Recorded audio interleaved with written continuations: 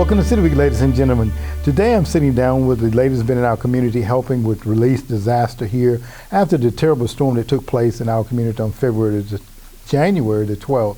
I am here sitting down with today the FEMA representative who is the Media Relations External Affairs member, Maria Padron. Maria, welcome to the show. Oh, thank you for having me. Well, it's a pleasure to have you in our community, but under the circumstances, it's not such a happy occasion, but we're very happy that you and your team are here to kind of help bring some relief to those that have suffered after this terrible storm that went through our community almost 3 weeks ago now. Maria, before we jump into talking about that, tell us a little bit about yourself, if you don't mind. Well, I come from California, from Los Angeles. Okay. I've been with FEMA for many years, and then I have worked more than 80 disasters, including 9/11. Wow. And recently I'm coming from Florida, working the Hurricane Ian. Mm-hmm. And I worked also in Florida many years ago in 2004 for those 4 hurricanes that came through. Mm-hmm. And I started with FEMA when we had the Northridge earthquake in California. Okay. I was a local hire, and then I fell in love working for FEMA and, bringing hope to disaster survivors. Very good, very good. And you say you've been with FEMA a number of times. I say Yes. you've kind of been here, there, okay, different phases of the federal government, I understand too, right? Yes, Very good. Well, again, Maria, we're happy to have you here in our community. Tell us a little bit about FEMA, if you don't mind, for those that Well, may not be FEMA familiar is the with it. Federal Emergency Management Agency. It's the agency that provides assistance after a major disaster. Mm-hmm. Just because it rained or just because there was a little tornado that passed by, it doesn't mean that we're going to come to help the community. Mm-hmm. It's a process. The emergency manager and the state, they need to get together and see what happened after the disaster. Mm-hmm. And once that happens, the state decides whether they need federal assistance. If the state cannot handle the losses, Mm-hmm. then they do a request to the president through FEMA, Right. to be a presidential declaration. Okay. Okay. All right. And we've heard, and we heard that Troup County, I think there were like 4 or 5 counties in the area that 7 were counties have been declared this time. That's right. That was declared a disaster area. And we're very fortunate to hear that there were no loss of life, but we do know that in some of the other counties there were some individuals that lost their lives as a result of the storm. So we're very fortunate, and we continue to be prayerful for those families that did suffer some tragedies there. Let me just ask you, you've been here almost 3 weeks. What is it looking like out in the community that were affected? Maria? Well, a lot of people, we were there yesterday, and a lot of people, they already clean up their losses and things that are out of place. Mm-hmm. And I see that a lot of people, they are preparing their roofs, and they already clean up. Half of them, Mm-hmm. they clean up the area. Mm-hmm. And some that are rebuilding. Some Very people are good. rebuilding. Mm-hmm. Mm-hmm. And we already have received 312 applications. Okay. And we open a center here in Griggs Center. Mm-hmm. And we are there 7 days a week for now. Oh, 7 okay. days a week Okay. from 8 o'clock to 6 o'clock. Wow. Okay. Very good. So, and we have bilingual staff. Mm-hmm. And also if people they have any special needs, we have a Braille board. And also we have television where people can have an interpreter of another language or American Sign Language that can be there from in another place, and the person can apply through that system. Oh, okay. So you are addressing all of the, I guess, the methods of being able to communicate with individuals. Right. Are we seeing, now I noticed that, there were some areas that were heavily Hispanic populations that, are they getting the assistance and stuff of their need at this location as well? We don't ask people where they're from or what race they are or what their needs, what they are. Right, right. So, but I mean, we had seen people coming to the center. So basically, those that need are coming through. Yes. Okay. Right. Okay. Very good. Now let me ask you: now, when they come, someone comes there. What are you all looking for? What information should they bring, or what information? Oh, are that's they a very bringing? good question. Uh-huh.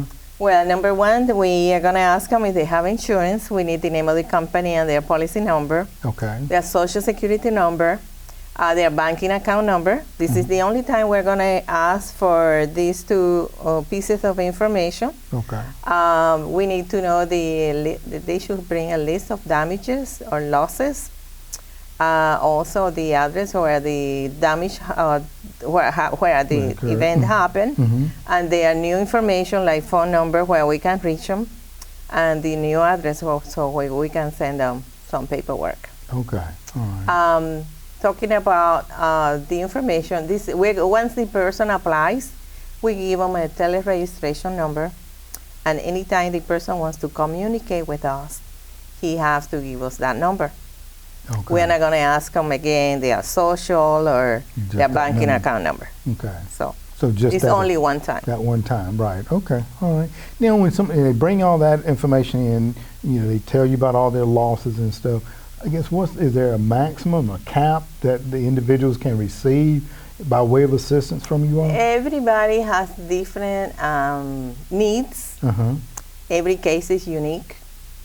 So we don't have an average of I got you. Okay. money that we give. Mm-hmm. Okay. So it's based on the needs The needs of that the individual. losses of the person. Okay. All right. Now, if someone, because I know that, with the devastation that took place, and it took a lot of their information may have been scattered away, like driver's license, identifying documents that would show. How are you all addressing those things? That's a local issue. Mm-hmm. So people would need to go to their different departments, local departments of like DMV or Okay. whatever. Okay.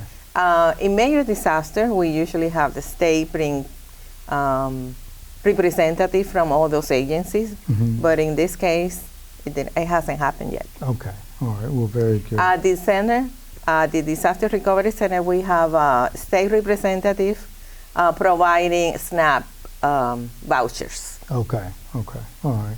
Because we definitely, I'm sure, with the interruption, a lot of things are still coming to their, address, which they may not be able to receive any mailings there at that address. So We are facing this. We have teams on the ground. Mhm. They go door to door. They are called DSA teams. Mhm. But we are finding that people left the area, especially in Baldwin Park. Mhm. So we knock on the door, nobody's there because they move or they look for another place. Because in some places there is no power. Mhm. Yeah. Yeah. So again, there were some areas where the home was so devastated that it's not habitable, so they had to Correct. move on. Right? Correct. Mhm. Yes. Okay. Yeah, but I also understand y'all help with food assistance as well. Correct? No food assistance. No food assistance. No. Okay. We help with housing assistance, Just the housing. Okay. repairs.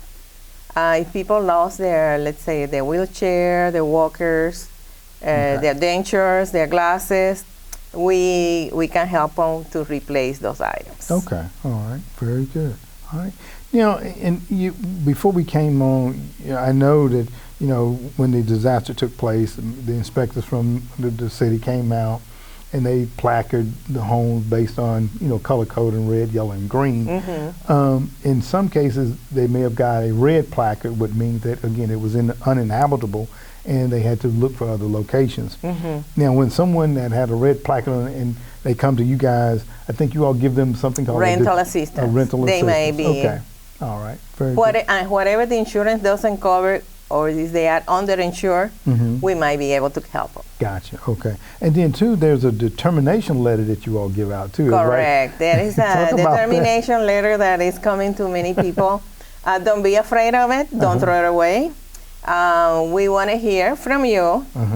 Sometimes it's because the person didn't keep the appointment with the inspector, Okay. or we're missing some paperwork, or we want a determination letter from their insurance company Mhm. saying how much they're going to give them or something like that. Okay. So we can see if they, whatever they don't cover, we're going to be able to help them with. Gotcha. Okay.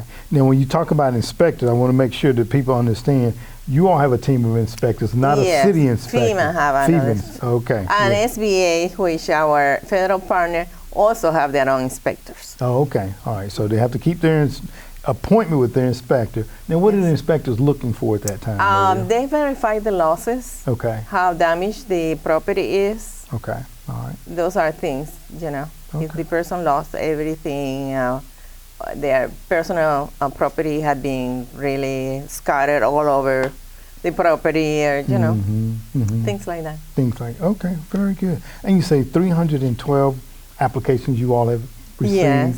and processed From LaGrange. from LaGrange only. Troup County. From Troup County. And what's the status of most of them? Are they still open, or are those being closed out, or can you No, they are open. We receive them. So we have to send, some of them, we're going to have to send inspection. Okay. For inspection. And once we have the inspection, we determine how much to give that person. Okay. All right. So these are still open cases. Let me ask you, how long do you all think you will continue to be in the community? Because we're definitely glad that you all are here to provide the relief. What do you? Well, the period for applying for federal aid is 60 days, which Okay. is March 17th is the deadline. Mm-hmm. We're going to be here as long as we're needed, Okay. as long as we, you know, see a need for recuperation. Okay. Okay. But that's, at least we're going to be here for 60 days. Okay, March 17th. That's a great date. St. Patrick's Day. St. Patrick's Day. That's right. That's a great date, St. Patrick's Day. Well, Maria, you know, we're very happy, again, under the circumstances, we're very happy to have you here in the community to help those that were devastated by the tornado that came through back in January. You and your team, we just want to say thank you for what you're doing for our citizens, and not only just here in Troup County, but the other 6 counties that were affected by the tornado that went through that afternoon. So thank you once again. Thank you for having me. Well, thank you for coming on and sharing that information. Okay. All right. Have a good day. You too. Ladies and gentlemen, stay tuned for more City Week coming up in just a moment.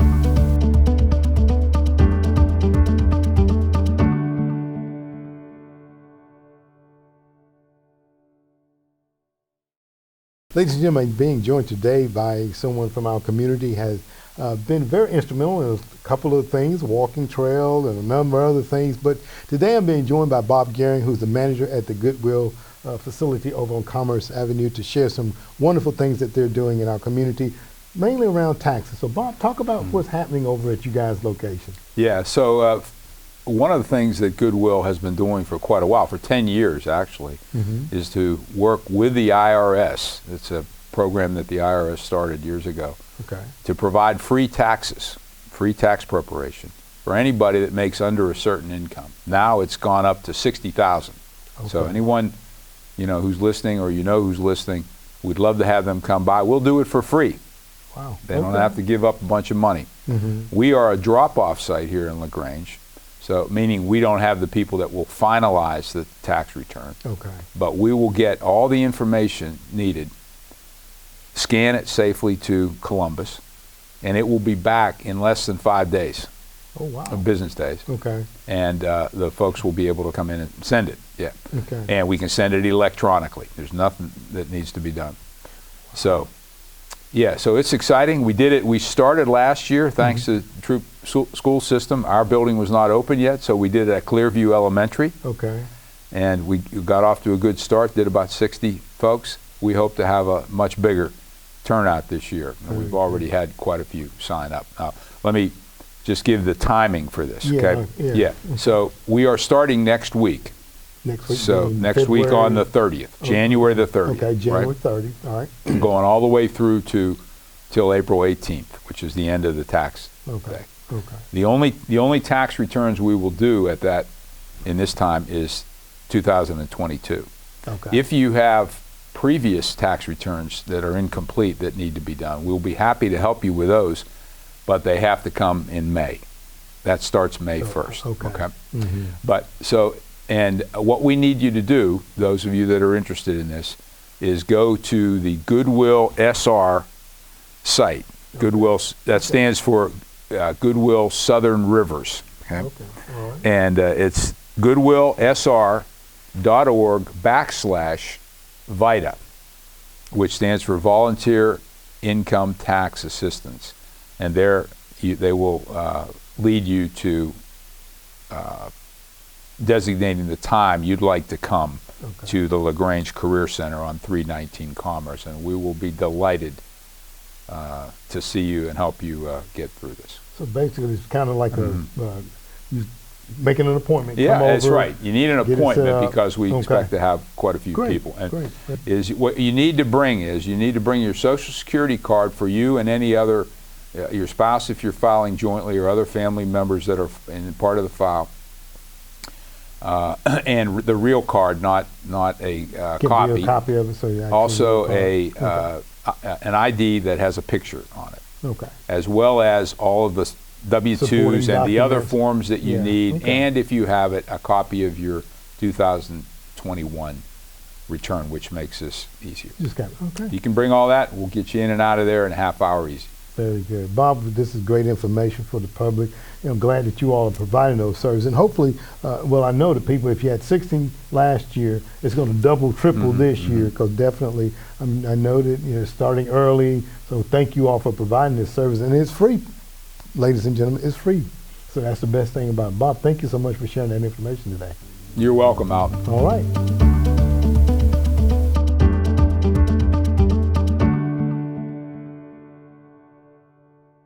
Welcome back to City Week, ladies and gentlemen. As always, I am very happy to be joined by none other than Lynn Holly from Visit LaGrange to give us all the upcoming city scene. Lynn, how are you today? I'm doing well. Thank you, Alton. Well, I hope good. you are. I am doing great. So Tired I know of you this weather. Oh, you know, it's been kind of gray lately here, hasn't it? Well, I know you're going to brighten up the day by telling us about all the wonderful things taking place in and around LaGrange. Oh, well, thank you. All right, let's hear all about it, Lynn. All right, great. Hello and welcome to City Scenes. My name is Lynn Holly and I'm from Visit LaGrange. Today we're going to be talking about the events that will be occurring in LaGrange and the surrounding areas during the week of February 6th through February 13th. So let's get started.